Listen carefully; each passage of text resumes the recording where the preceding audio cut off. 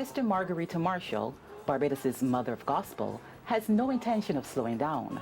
She has ruled the local gospel scene for over half of a century.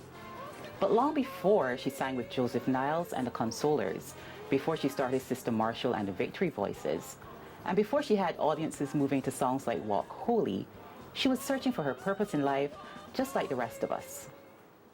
I was a sinner saved by grace. So, I used to love the worldly songs and calypsos and whatnot. Having no mother nor father to direct me, because my mother had died when I was between 7 to 8 years old. And my father, well, he was a father. But she died and left 4 of us. So we had to struggle in life and fight, to survive. But God was and still is in the midst of it all. But I had my way as a teenager, going to dances and whatever. I would say then that I had a good time, to which I have not regretted, because it taught me a lot of things.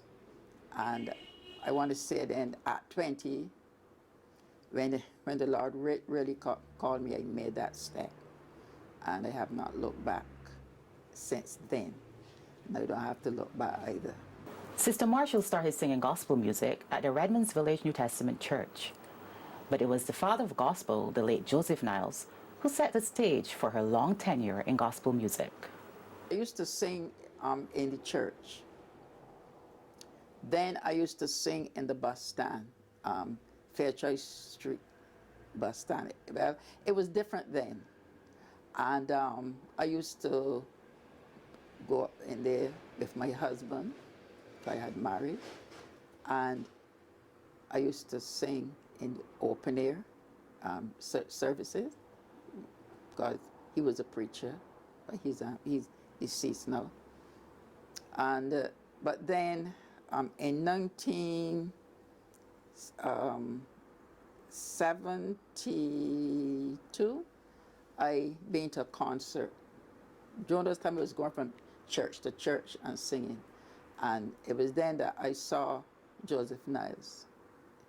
1972, that I saw him. I don't remember the church now, but he invited me after that, that I sang and so on. He invited me to a concert that he had to sing out in St. Thomas. I was in those days it was St. Thomas Social Center. I don't think that is there anymore. So I used to hold concerts over there.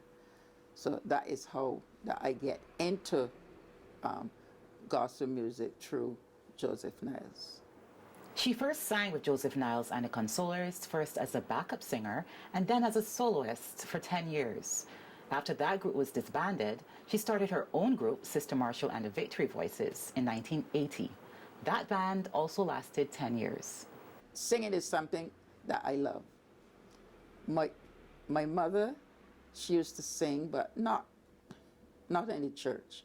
But all 4 of us, we have inherited that from our mother. Me and my sister and the other sister, she's dead, which is the older sister. She used to sing too. We used to go from church to church as sometimes a trio, and we would sing. But I am giving God thanks for being in the gospel, because it's the best thing that could ever happen to anybody. Sister Marshall has been a source of inspiration for many younger gospel artists. Sister Marshall, as we know her as Sister, and certainly as the dubbed and appreciated queen of local gospel music, her impact has been tremendous. She is a wonderful advocate for the gospel, and she has been a trailblazer for many, many years. The one thing that stands out in my mind about her is she is so warm and willing to give advice and always in attendance to younger artists' activities. And she's one of the few older artists that you will always see at the younger artists' events.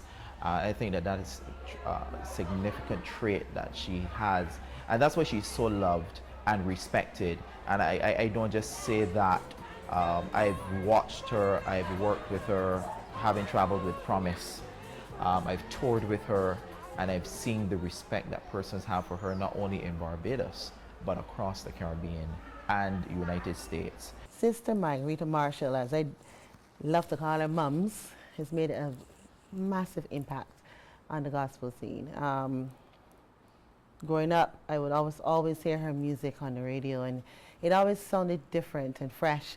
And then as I got older, I started to compare her stylings with the late great Joseph Niles, and you know, the marrying of their music and their styling really laid a good foundation for me. I think she made a fantastic impact on music industry, and a lot of the artists on the island, we have grown up just admiring the tenacity that both of them had.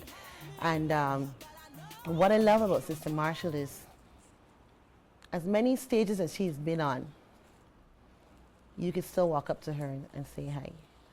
And she would always encourage you, always, no matter what. You could be at the biggest event or the smallest. Same approach, same dynamic. Sis has been a trendsetter. She's not afraid to try new things with old songs. She's not afraid to take her music into uncommon territory either. And she's not afraid to be herself. That's one of the things I treasure most about her. She's confident in herself and her giftings, and she doesn't try or even want to try to be anybody else other than Sis. And you see that even in her dress. We might be wearing jeans. Sis is coming fully donned in a dazzling skirt suit, stockings, high heels, and a hat to match, because Sis takes pride in looking great, and it doesn't matter to her what anybody else is doing, and she stands her ground. She's firm in her belief. She loves the Lord unconditionally, and she's not afraid to declare that publicly either. And for those many reasons, I just love Sis. When I think about Sister Marshall, you know, the word gem comes to mind, because she's so humble and so pleasant, and you can't help but, you know, be drawn to her. And I think for that very reason, her impact goes way beyond just gospel here in Barbados. You know, even growing up as a little girl, you know, sometimes you would go to these kind of school cruises and stuff like that. And even though it was not a Christian cruise per se, you know, even when they're leaving the dock, at least they would play Walk Holy. And to my mind, I would always think, you know, to have such an influence, not only in the gospel arena, but even in the secular, to me that was such a wonderful feat to have. And I remember thinking, you know, because I wanted to become a gospel artist, I was saying, you know, I would love to have that kind of influence one day, you know, and even in terms of traveling all across the Caribbean and stuff, you know, people always refer to her, you know, as a mother of gospel. And to actually have a friendship with her, you know, it's just a humbling experience. And she has had a major impact on my life as a gospel artist. You know, growing up hearing the likes of her and the late Joseph Niles and stuff like that. And to see that these pioneers have paved the way for gospel music to be heard not only in Barbados but all across the world. Sister Marshall has been a staple in the local Gospel Fest event. Producer and organizer Adrian Agard shared his experience on what it's like working with her. I would first want to tell you about the experience that I first observed with her, especially when we did the events at the Nazarene Tabernacle. One of the things about Sister Marshall is that when you had an event with many artists involved in it, you would find people would come and do their performance and kind of disappear. The really great thing about her is that whether she was on stage or not, whether she was on the event or not, she'd be there.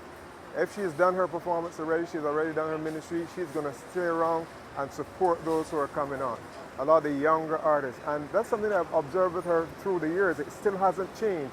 I remember it stood up for me back in those days at the Tabernacle, but even to this day, like, she's been involved in Gospel Fest on many occasions. She will be again this year.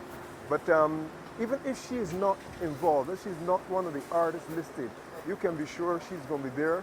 And not only there, she's there cheering on the other younger artists. And this is what she has done pretty consistently over the years. As far as her involvement in Gospel Fest goes, we've been doing the festival for 24 years, and Sister would have been involved on multiple occasions. It's always been a very good experience working with her. Church is a major part of her life. She is a member of the Bridgefield New Testament Church of God in St. Thomas. Thank you, Lord, for deliverance. I know He delivers me. I am delivered, praise the Lord. I am delivered, glory to His name. My first child, from she down, I brought up all in church. I never send them, I don't go. I take them. So yes, I did brought them up in the house of the Lord, to which 3 is in the house of God and 3 is out. But I'm praying that those other 3 would make it back to the house of God. She is quite candid about the trials and tribulations she has faced in life, her marriage being no exception. Right. I had newly got saved. As simple as that, when the call came, I was washing wares. And I began to cry, and I couldn't understand why I was crying. Nobody didn't trouble me, but I just went on crying and crying and crying. Then to realize that a change had came over me. Nobody was there to tell me, serve God, or why you don't serve God, anything like that. No, the call just came, and I felt a complete inner change.